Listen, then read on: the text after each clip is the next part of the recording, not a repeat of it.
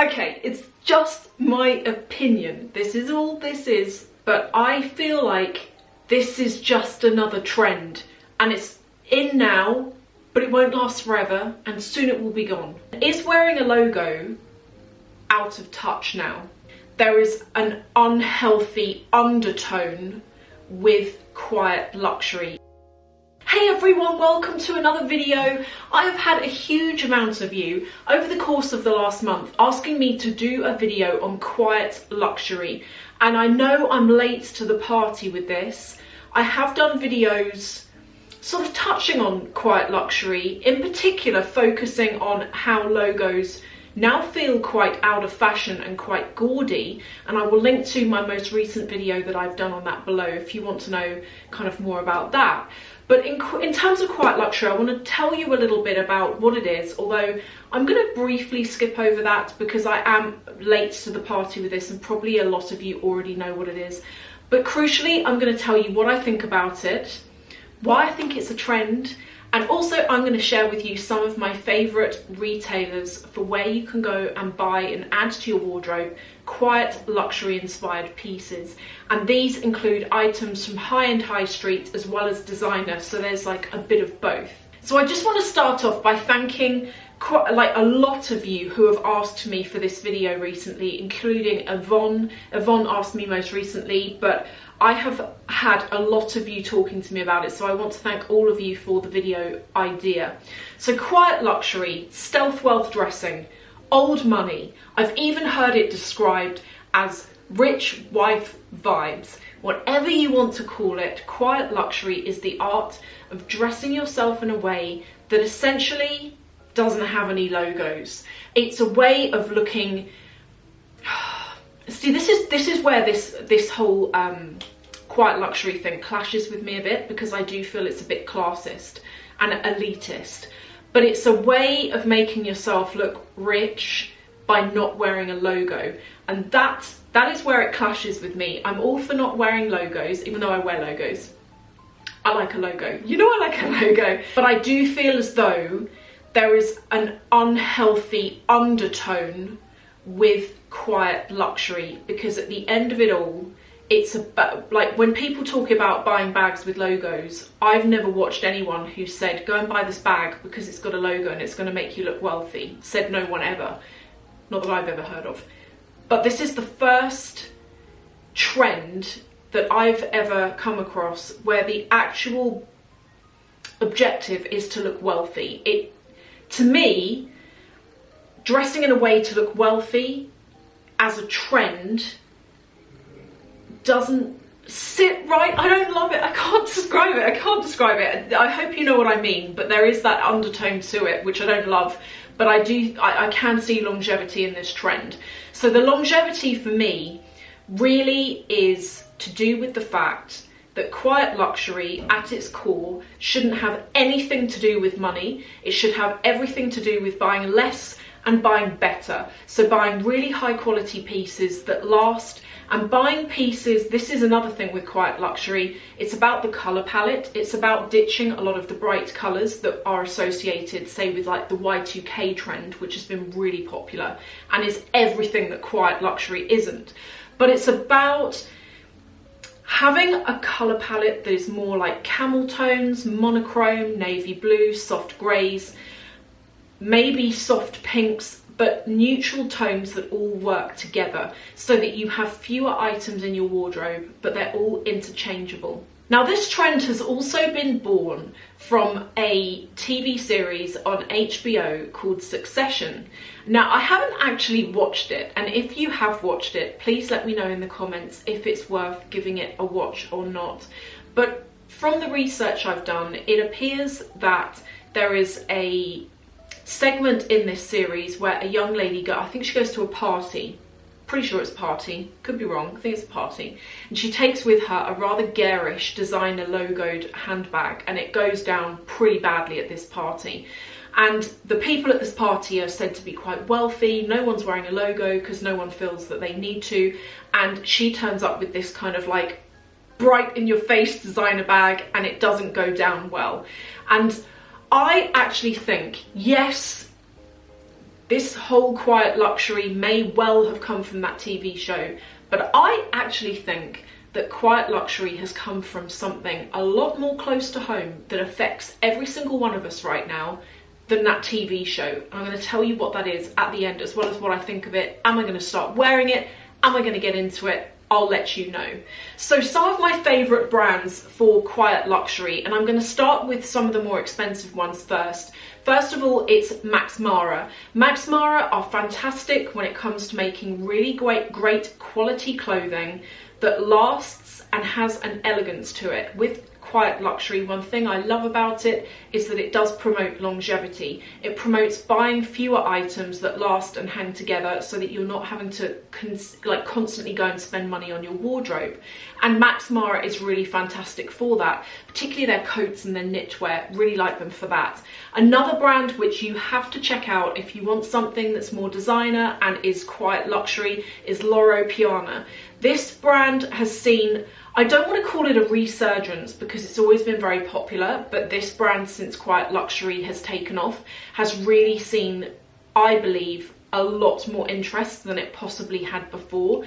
And you can go into this store and you can pick up beautifully made items. Nothing has a logo on it, but everything is impeccably tailored.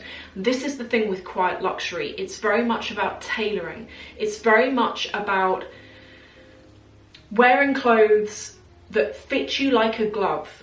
Bottega is also another really good brand if you want to get into non-logoed designer clothing. Bottega's a good one to go with. But some of my absolute favourite places to go for when it comes to quiet luxury, stealth wealth dressing, old money, are actually from the high street. And one of my first favourite brands is Reiss. And I'm really hoping that for any of you who are watching from outside of the UK that you can get Reiss where you are, because Reiss make very contemporary looking clothing that is perfect for work, but you can also wear it into the weekend. I have got a coat from Reiss that I bought in 2008. It's been dry cleaned so many times. It still looks fantastic, just looks incredible. Their wool is fantastic. Like their products are just so well made and so well priced. Another brand that I love, and it's one that I spoke about to you a couple of weeks back now, and it's called Goelia.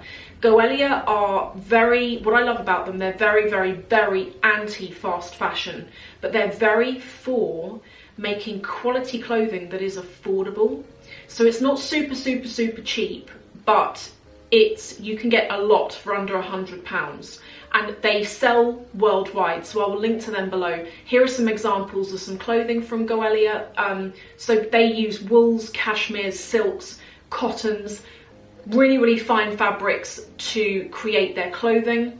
Another really good brand that I love is Lily Silk.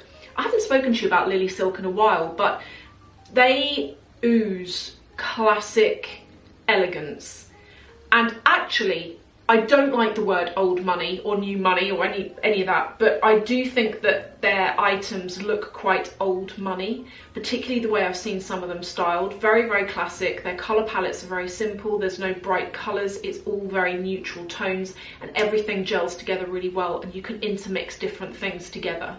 And then finally, two bag brands. The first one I couldn't not mention is Lorna. Lorna, wow. I think the whole point of quiet luxury is it comes down to, if you know, you know. You look at a t-shirt and you think, I don't know, there's no logo on it, but I know who makes it. And that's what you have with the likes of Lorna. There is that logo on the front, but it doesn't literally spell out the word Lorna. It's a logo that if you know it, you know it, and if you don't, you don't. I think it's a very tasteful logo. And also, if you think about the royal family in the UK, Lorna is a brand that was pretty much exclusively and the only brand worn by the Queen. And the royal family, with the exception of Diana actually, who did wear a lot of designer logos from time to time, the royal family, from what I understand, are not allowed to wear screaming logos. And if you look at Kate, for example, Kate really likes brands like LK Bennett, which is another very elegant, very classy, old money, I hate that saying, old money kind of stealth wealth dressing type of place.